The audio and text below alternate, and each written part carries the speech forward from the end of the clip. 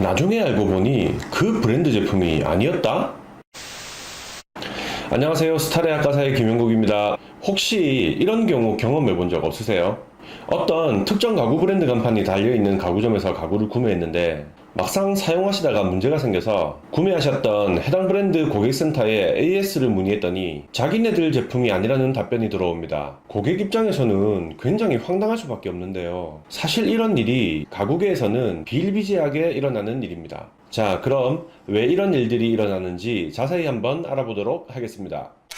가구점을 운영하는 방식은 크게 세 가지로 나뉩니다. 자, 첫 번째는 브랜드 전문점입니다. 특정 브랜드로만 가구점을 운영하는 거죠. 우리나라 브랜드 가구는 불과 몇 년 전까지만 해도 대리점에 의한 도매 유통에 의존하는 방식이었습니다. 직영점과 대리점을 모두 운영하면서 직영점 매출 규모가 더 높은 브랜드는 제가 알기로는 까사미야가 아마 유일했지 않았을까 생각하고 있습니다. 그 외의 브랜드들은 직영점이 아예 없거나 있더라도 굉장히 극소수의 매장만 운영했었죠. 최근 들어서는 한샘, 에먼스, 장인가구, 리바트, 에이스침대, 시몬스 등 해당 브랜드만 취급해야 되는 전문점이 늘어나고 있는 추세입니다. 전문점 같은 경우에는 박리담회로 운영하는 방식입니다. 사실 대리점 마진이라고 해봐야 기껏 해봤자 20에서 25% 정도? 겨우 먹고 살 만큼 주는데 또 안 깎아주면 누가 삽니까? 자, 1차로 기본 흥정으로 일단 깎습니다. 몇 가지 레파토리가 있는데 좀 있으면 우리 딸도 결혼한다. 내가 결혼할 때 데려오겠다. 우리 또 초짜 판매원들은 순진해서 또 속아 넘어가죠. 자, 2차로 현금을 주겠다고 또 깎습니다. 예전에는 현금 매출을 거의 누락시키는 방식으로 운영을 했었거든요. 몇 년 전부터 가구업계도 현금 영수증을 꼭 발급하도록 그렇게 법이 규정이 됐고요. 고객님들도 가구점에서 가구를 구입하실 때 현금을 주시더라도 꼭 현금 영수증을 발급해달라고 요청하셔야 됩니다. 자, 그렇게 열심히 깎고 나서 3차로 마지막 끝자리를 또 떼달라 그럽니다. 자, 이렇게 깎고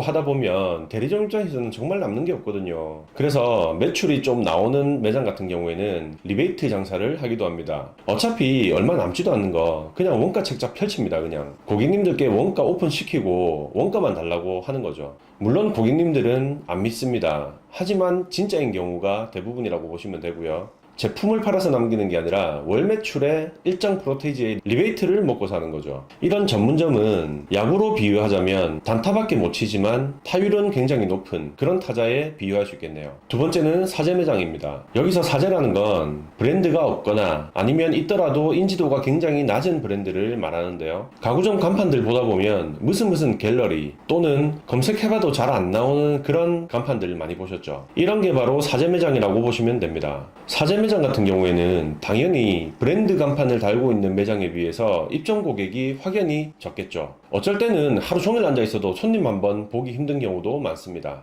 그러다가 제대로 한번 걸리면 끝나는 겁니다. 눈탱이 한 방 제대로 맞는 거죠.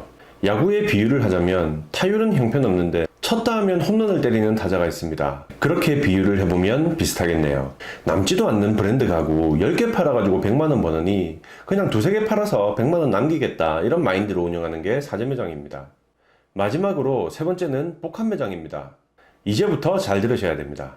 자사 브랜드 제품만 가지고 매장을 다 채울 수 없는 경우, 채울 수 있다 하더라도 그랬을 경우 사업성이 없는 경우, 그리고 세 번째 이유가 대부분이지만 고객을 입점시킬 정도로 파워 브랜드가 아닌 경우, 이런 경우는 복합 매장을 운영합니다. 앞서 언급드렸던 브랜드들을 제외하고는 거의 모든 브랜드들이라고 보시면 되겠습니다. 이런 매장들 같은 경우에는 브랜드 간판을 보고 들어갔는데 막상 매장에 들어가 보면 브랜드 제품보다는 사제 제품이 더 많은 경우가 많습니다. 브랜드 간판으로 고객을 내방시키고 정작 판매할 때는 사제 제품으로 교묘하게 유도합니다. 왜냐면 그래야 많이 남으니까요. 야구에 비유하자면 타율도 적당히 좋고 홈런도 간간하게 때리는 그런 타자라고 보시면 되겠습니다. 판매사원들이 권하는 제품은 팔아서 많이 남는 제품입니다. 또는 뽀찌라고 하는데요. 특정 제품을 팔았을 때 자기한테 인센티브가 떨어지는 경우에는 그 제품을 적극적으로 밀게 되죠. 이건 비단 가구 계통만의 문제가 아닙니다. 어떤 분야든 마찬가지인 거죠. 그래서 바로 제가 여러분들이 스스로 판단할 수 있는 능력을 만들어 드리려고 하는 거니까 갑자기 뜬금없이 구독과 좋아요 부탁드리겠습니다. 다시 본론으로 돌아와서 이 복합 매장에서 구매하시는 경우 주로 이런 피해 사례들이 발생되는 거죠. 아니 나는 분명히 브랜드 간판 보고 들어갔는데 그래서 그 브랜드를 믿고 가구를 구매해서 사용했는데 막상 문제가 생겨서 해당 브랜드에 AS 신청을 했더니 자기네들 제품이 아니라는 대답이 돌아오는 거죠. 이런 일이 발생되는 건 두 가지 이유가 있습니다. 첫 번째, 판매자가 교묘하게 속이는 경우. 처음에는 달아놓은 간판의 제품을 먼저 보여드립니다. 열심히 친절하게 설명을 하다가 자연스럽게 스무스하게 사제 제품으로 넘어가게 됩니다. 어느 순간 정신 차려보면 사제 제품 앞에 내가 가 있어요. 먼저 브랜드 제품으로 고객을 오픈마인드 시키고 이제 어느 정도 마음을 열었다 싶을 때 사제 제품으로 아주 자연스럽게 들어갑니다. 고객은 브랜드 간판을 보고 들어왔고 또 처음에 브랜드 제품을 보여줬기 때문에 그 매장 안에 있는 건 다 그 브랜드 제품이라고 착각하게 되는 거죠. 물론 판매자가 거짓말한 건 아닙니다. 고객님이 물어보지 않았고 그래서 판매자는 굳이 이야기를 하지 않은 거죠.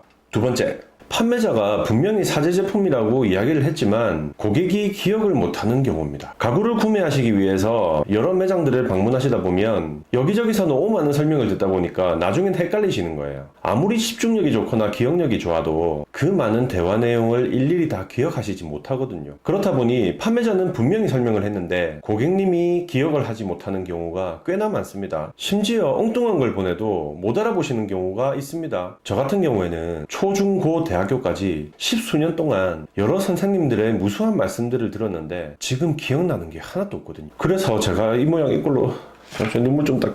자, 측은한 마음이 드신다면 구독과 좋아요 부탁드리겠습니다. 다시 본론으로 들어와서 이런 경우에는 나는 설명했다, 나는 못 들었다, 서로 자기네 주장만 내세우게 됩니다. 그래서 가구를 구매하실 때는 구매하시려는 제품의 정확한 제조사와 또는 브랜드를 알고 구매하셔야 돼요. 심지어 그 가구점이 망하고 없어지면 어디 가서 하소연하시겠습니까? 똑똑한 소비가 피해를 막아줍니다. 오늘 영상은 여기까지 마치도록 하겠습니다. 감사합니다.